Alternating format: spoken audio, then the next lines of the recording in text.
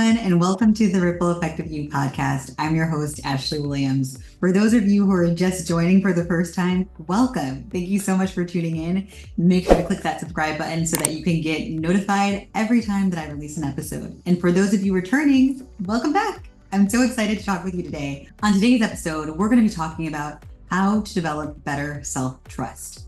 In today's world, I think it is such a beautiful thing when one can truly align with themselves, when one can truly see the truth of situations and people based off of their own perceptions of knowing what is real and not real within themselves. You know, as we're navigating the world, it can be really hard sometimes to trust our own inner voice. It can be hard for us to really believe what we believe about ourselves or how we are seeing the world, especially when we often are sometimes relying on other people to validate things for us or to make us understand things instead of redefining what is truth within ourselves, which on this channel, we talk about spirituality, entrepreneurship, and how to live our best lives, particularly how to live out our truth.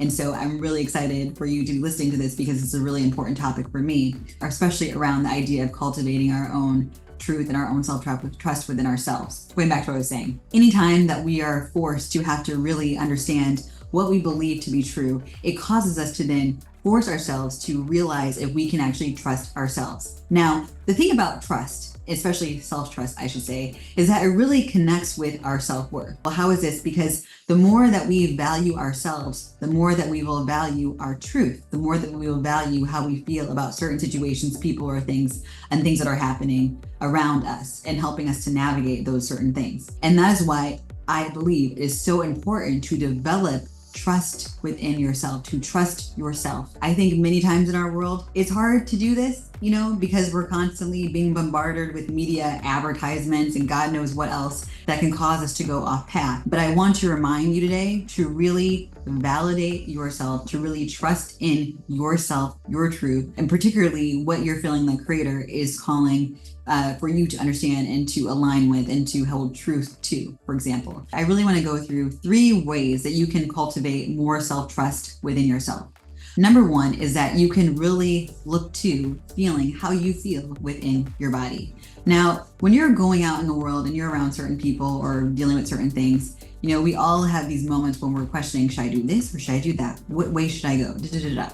And how I have been able to navigate this over the years is by really relying on how my body feels when I am trying to make a decision or what I think about a person, you know. So I think about, well, how do I feel about this decision? If it makes me feel more expanded, then I know I shouldn't go forward in it. If it makes me feel like I want to contract, then I know I shouldn't. It's all around like this own, like incorporating these like things within your body. Now, there are ways that you can actually get better at this. For example, you can just ask yourself, like, did I go to the grocery store today? And if your body is like, you know, like expanding and like, yes, you did, then that's how it should feel. Or you could say, did I not go to the grocery store today? And if you didn't, then you know, your body will kind of like, you know, shrink up and be like, no, you didn't. So that's how you get better at trusting yourself. And the more that you can use your body to really start to develop this self-trust, the more that you will navigate the world and developing it too. So that when you are, you know, around people and you can see, well, how comfortable do you feel? How does your body feel around them? Then that's how you can also interpret, I should say,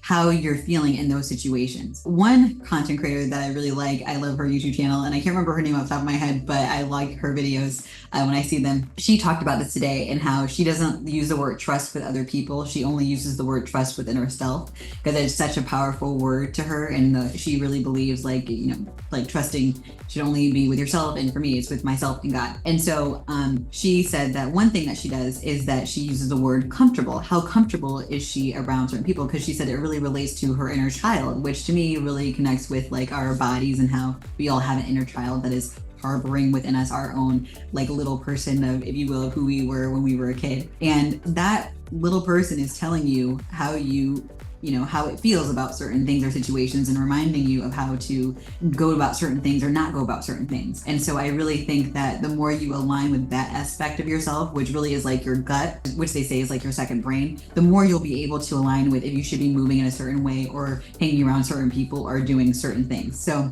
really just tune into your body, okay? Number 2 is I really believe you should redefine what it means for you to listen to your own truth. Now, what do I mean by that? I mean, if you have a vision or something that you really want to stay true to and to do, you really need to allow it to resonate within you of how important this is for you, and to really assess what it is that you're being told by other people, because everybody has an opinion. Everybody's willing to tell you what they think you should be doing.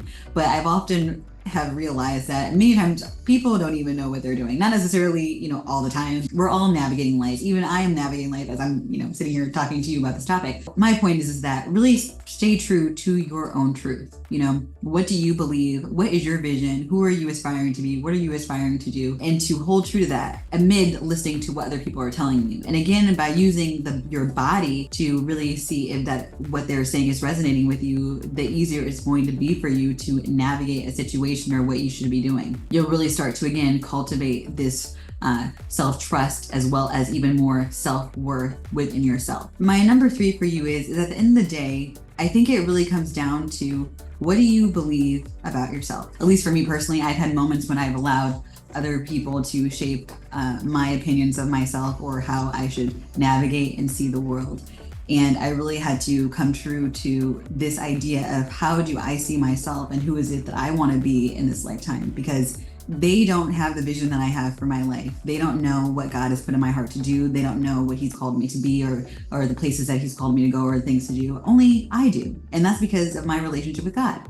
Now, again, I think it is good sometimes to go to, get advice from other people, but I think it's also important for you to really start to align with what you believe about yourself, because the more you have a higher belief about yourself, the more resonant it will be to you around what you want out of your life, what you aspire to do, and you'll have the gumption to be able to go after it because of how much you value yourself and how much you believe in yourself and making those things possible, which ultimately comes down to your trust, because you're also seeing from previous things that you've done. When you're looking at who you aspire to be, you can then start to analyze, well, what have you done in the past that really can help you to know that you can trust yourself? Like if you decided to do one thing and then you could trust yourself more because it ended up working out. So then you can have more confidence in yourself moving forward, that if you made that decision that one time and it did, then you can continue moving forward knowing that it will work itself out again too. And so it's, again, coming back to this identity of, how do you see yourself? Out of all of these different things today, I want to just sum it up to say, number 1, in order to be able to develop more self-trust with yourself, I want to say definitely trust your body, what your body feels, what your body is telling you, intuition, like intuitive hits that you're getting, downloads that you're getting. Sometimes I'll even get like chills about certain things that are true. Not sometimes, all the time. Or I'll get intuitive hits about things. Like I'll just be told like that person is lying, or like they're not being honest, or like you should do this instead, or da-da-da-da. Like I'll be told these things, or people's ulterior motives. And I also really believe that the more you align with the creator more, the more that you're going to be told certain things about your life or what you should be doing, because you're such in full alignment and your vibe is so high that you're able to listen to the voice within that is telling you how to navigate things and how to navigate life, which really comes down to your body and what's in your body. And number 2 is, what is your truth? What do you believe to be true about the world or about things or navigating life, vision, like your visions for your life, etc. Like, what is your truth? And then number 3 is, who do you aspire to be? Just really owning that and knowing that. And that is the truth that will allow you to really start to trust yourself, because by knowing your truth and by then looking back at your truth and seeing things that you wanted to do that, worked out for you, or things that you wanted to do that happened to go the way that you wanted them to go, you'll then be able to start to cultivate this self-trust within yourself. And just know, sometimes things are not always going to go as you plan, right? I mean, I can tell you these top 3 things that you should do, and then sometimes you'll find out that you should have done, X, Y, Z or something else. And that's okay, because now you have more understanding around how to go about something differently. And it's helping you to know that you can trust yourself to navigate any situation.